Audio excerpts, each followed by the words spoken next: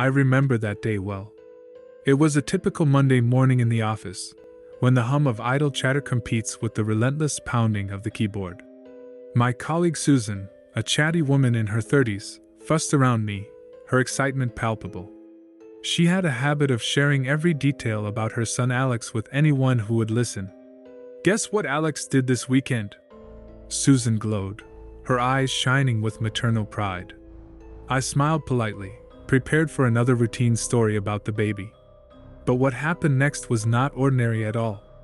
Susan shoved her iPhone into my hands, showing me a video of a giggling 2-year-old. The chubby, cheeky boy was playing with blocks, an image of innocence. Suddenly he stopped, turned to the camera with eerie calm, and said a strange set of numbers 0 and 1. Those numbers sent shivers down my spine. It wasn't just the precision and clarity of his speech, but the way he was looking straight into the camera, as if he could see right through it, right through me. I laughed at this, figuring it was an accident, or perhaps he was imitating a television show, but in the back of my mind, something was unsettling. The rest of the day passed like a blur, but Alex's words haunted me. As I lay in bed that night, a sense of unease swept over me. I couldn't shake the feeling that there was something more to his words, perhaps a hidden meaning. Driven by curiosity and fear, I decided to look up the sequence of numbers. I was not prepared for what I discovered. The numbers were a binary code, and when translated they read, "He is watching." My heart pounded in my chest. Who was watching? And why had Alex uttered those words? The next few days passed like a fog of paranoia and fear. I couldn't concentrate on work, and every shadow in my apartment made me jump. I began to see patterns everywhere, in the arrangement of leaves, in the way people crossed the street, in the flickering of streetlights. It felt like the world was trying to communicate with me in an incomprehensible language. Then, 3 days after that incident, something happened that turned my world upside down. I was walking home from work, and I saw a man in a black hoodie standing across the street, staring right at me. Our eyes met, and a cold shiver ran through me. I quickened my step, but he kept up, keeping the same distance. Finally, I reached my house and hurried inside, my heart racing. I looked through the peephole, but he was gone. I didn't sleep much that night. Every creak and groan of the building made me panic. The next morning I found a note under the door. There was only one word in it, written in uneven, almost frantic handwriting: "Run." I wanted to go to the police, but what would I tell them? That the gibberish of a toddler and a mysterious stalker were driving me crazy? I decided to talk to Susan. Maybe she would know something, some piece of the puzzle that would clear things up. But when I approached her desk, it was empty.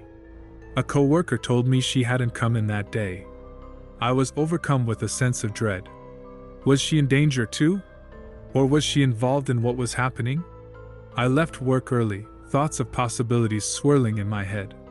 As I walked down the deserted street, I felt a stare on me. I turned around, but no one was there. I quickened my step, but the feeling of being watched intensified. I started to run, my breath was coming in short gasps.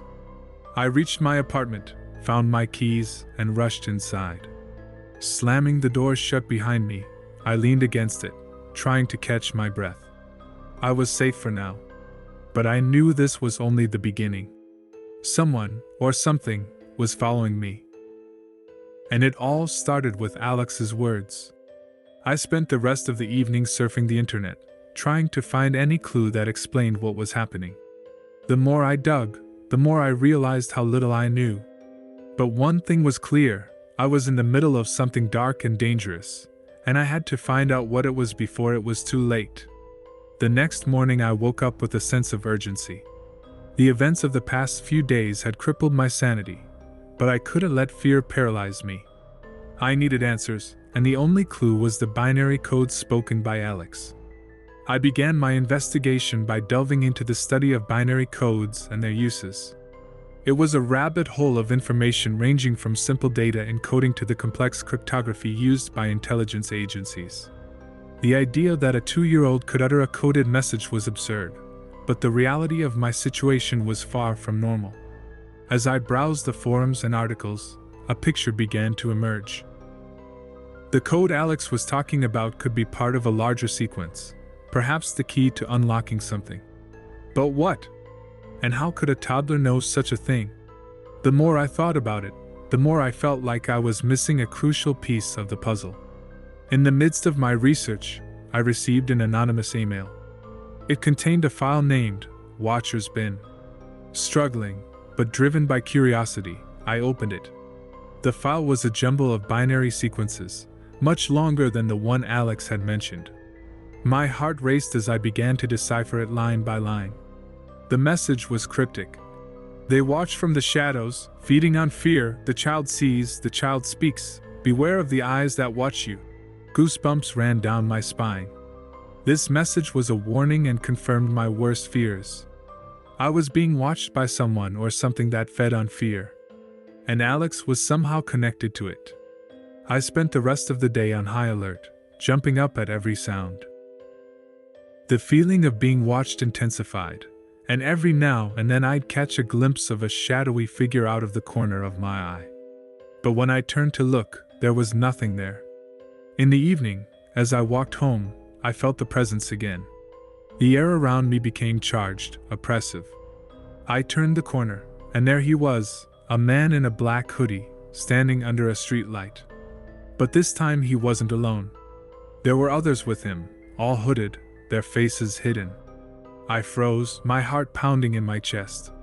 They stood motionless, watching me. Then, as if on cue, they started moving towards me, slowly and purposefully. I turned and ran, panic in my head. I didn't know who they were or what they wanted, but I realized I couldn't let them catch me. I made it to my apartment, slammed the door shut and slid to the floor, panting. I was trapped in a nightmare and didn't know how to wake up. Sitting up and trying to calm my racing heart, I realized I needed help. But who would believe such an unusual story? The police would think I was crazy. My friends and family wouldn't understand me. I felt all alone. And then it hit me. The only person who might have answers was Susan. She was Alex's mother, and she had to know something. I decided to pay her an unannounced visit the next day. The chances were slim, but it was the only lead I had. That night I hardly slept at all. Every creak and whisper of the wind sounded like someone was trying to break into the house. I lay in bed, staring at the ceiling, and waited for dawn.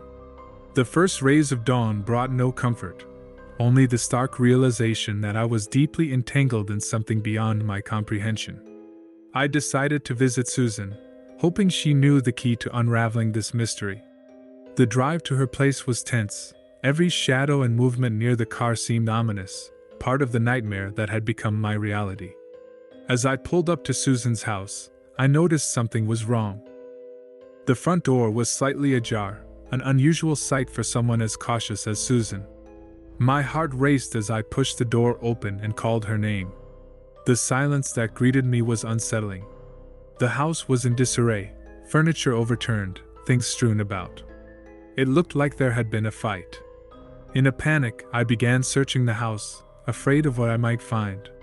But there was no sign of Susan or Alex. They had disappeared, leaving behind a chaos of unanswered questions. In Alex's room, among the scattered toys, I found a drawing.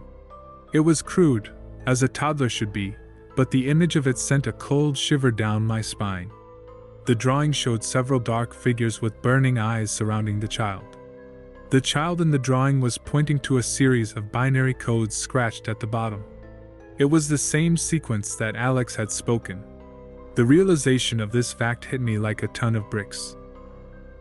Alex didn't say those numbers by accident. He was trying to convey some kind of message. A message that somehow connected him to these mysterious observers. I took the drawing with me, hoping it would help me find answers. As I walked out of the house, I was overcome with a sense of dread.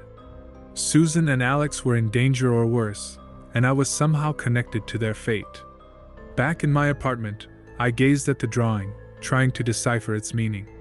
The binary code was one piece of the puzzle, but I needed more. I decided to contact a friend of mine who was well versed in cryptography and computer science. Perhaps he could shed some light on this mystery. I met up with my friend Mark at one of the local cafes. I explained the situation as best I could, omitting the most unbelievable points. Mark listened intently, his fascination growing with every detail. When I showed him the binary code, his eyes widened. "This isn't just a random sequence," he said, excitement and worry evident in his voice. "It's part of a complex encryption algorithm, but it's incomplete. To crack it, we need the rest of it." Mark agreed to help, and we worked on the code for several hours, trying different combinations and schemes. The cafe closed, and we moved to my apartment, driven by a tireless need to find answers. As night fell, we were finally successful. The code led to a set of coordinates, a place not far from the city.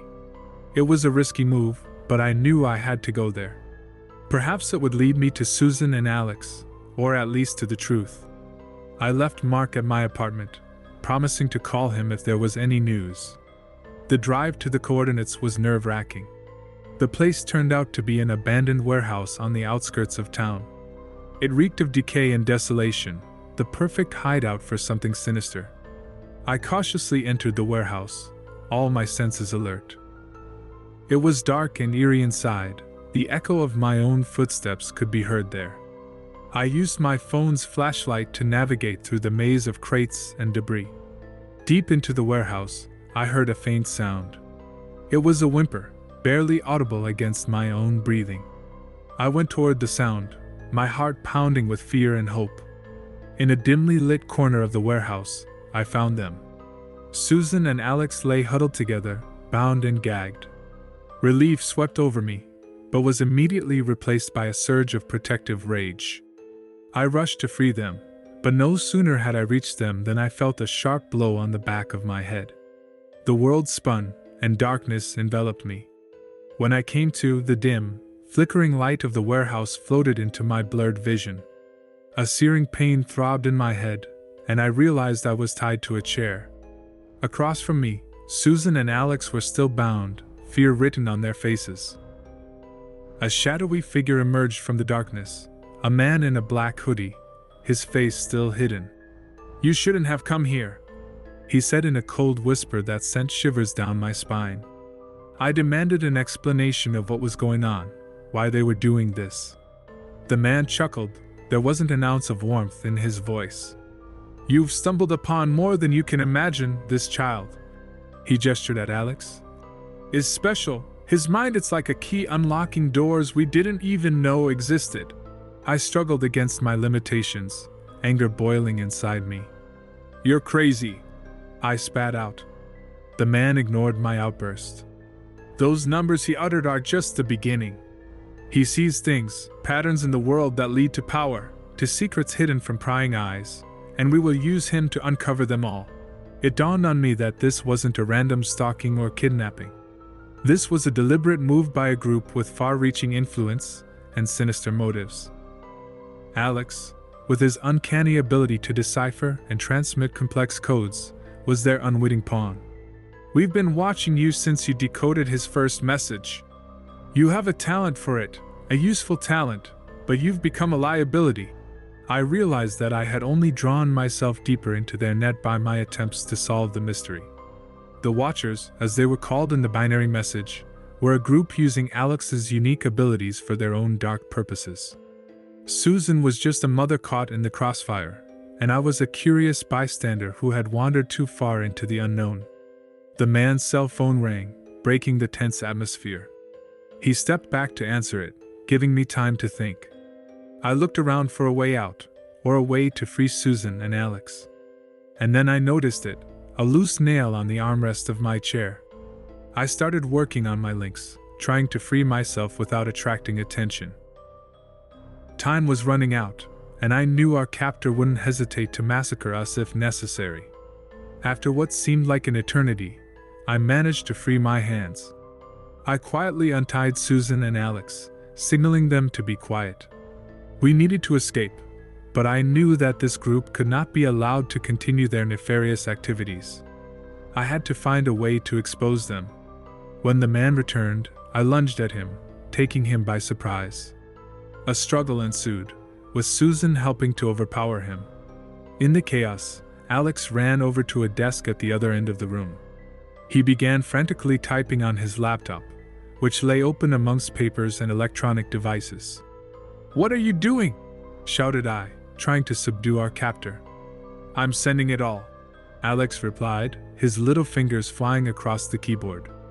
"The codes, their plans, everything." I was stunned. Alex, the innocent child I thought we were protecting, had turned out to be far more knowledgeable and capable than I could have imagined. He realized the gravity of the situation and was now our best chance of stopping this group. The man broke free from our grasp and lunged at Alex, but it was too late. Alex pressed the enter key and the information was sent. The man screamed with rage, realizing that their secrets were now open to the world. We didn't wait for the consequences of our actions. Grabbing Alex, we ran out of the warehouse and disappeared into the night. The sirens sounded in the distance, a sign that our message had been received. As we ran, I realized that our lives would never be the same again. We had exposed a powerful group, but in doing so, we had painted targets on our backs. The road ahead would be dangerous, but at least we had each other. Together we could handle whatever came next. We found shelter in an old abandoned cabin in the woods, a few miles outside of town. It was a temporary shelter, a place where we could catch our breath and plan our next moves. The cabin, hidden among the dense trees and forgotten by time, seemed to be the only place where the watchers would not immediately find us. Susan, still in shock, clung to Alex, her eyes a mixture of fear and relief. Alex, on the other hand, was strangely calm, as if he understood more than any of us realized. I couldn't help but admire his resilience and his mysterious ability to perceive unusual things. As we settled into our seats, I couldn't shake the feeling that I was part of something much larger and more dangerous than I'd ever imagined. The Watchers weren't just a small group of fanatics, they were a well-organized syndicate with eyes and ears everywhere. Their exposure disrupted their plans, but it also made us prime targets. That evening, in the dim light of an old lantern, we discussed our next steps. It was clear that we could not go back to our old life. Observers would be looking for us, and anyone we contacted could be in danger. We had to stay out of sight, at least until we could figure out how to fight back. Alex, with his amazing understanding of codes and schematics, suggested that we could use their own methods against the Watchers. He assumed their network was extensive, but not invulnerable. There are secrets they hide, weaknesses we can exploit. But to do so, we'll have to dig deeper into their web, a dangerous game of cat and mouse. In the days that followed, we turned the cabin into our base of operations. Using old books and a limited internet connection over a secure line, we began to unravel the threads of the Watchers' network. Alex proved to be an invaluable assistant, deciphering codes and schematics that would have taken us days to unravel. As we dug deeper, we discovered the extent of the Watchers' influence. They had infiltrated various levels of government, corporations, and even international organizations. Their goal was control of information, control of resources, control of the very fabric of society. But the biggest secret they kept with the utmost care was their origin and ultimate goal. It was a secret going back centuries, a plan devised long before the modern world existed. Our efforts did not go unnoticed. We faced numerous attempts to track us in both the physical and digital worlds. The observers were relentless, but so were we. We became ghosts, always on the move, always one step ahead. Months turned into a year, and the cabin became not just a shelter, but a home. A home built on a foundation of common purpose, a bond forged in the fire of adversity, but we knew it couldn't last forever. The final confrontation with the observers was inevitable. And then, one fateful night it happened. They found us. We were awakened by the noise of approaching cars, the blinding light of headlights piercing the darkness. They came for us, a whole army against 3 lone rebels. We were ready. The cabin was equipped with traps and escape routes. It was the final frontier in our war with the shadows. The battle was fierce and chaotic. Amidst the gunfire and explosions, we fought as hard as we could. In the end, it was Alex who turned the tide. Using the device we created, he sent a pulse that disabled the Watchers' electronic equipment, turning their technological advantage against themselves. This gave us the opportunity to escape and disappear into the night once again. But our victory was bittersweet. The Watchers were still there, wounded but not defeated. We had won the battle, but the war was far from over. As we disappeared into the woods, I looked back at the burning hut, a symbol of our resistance. We were the most unlikely heroes whom fate had brought together, binding them to a cause greater than themselves. The road ahead was uncertain, full of danger and darkness. But we had each other, and we had a purpose. We would continue to fight, to expose the Watchers, to protect the innocent. For we were the only ones who could do it. In this twisted game of shadows and codes, we were the wild cards, and we would play to the very end.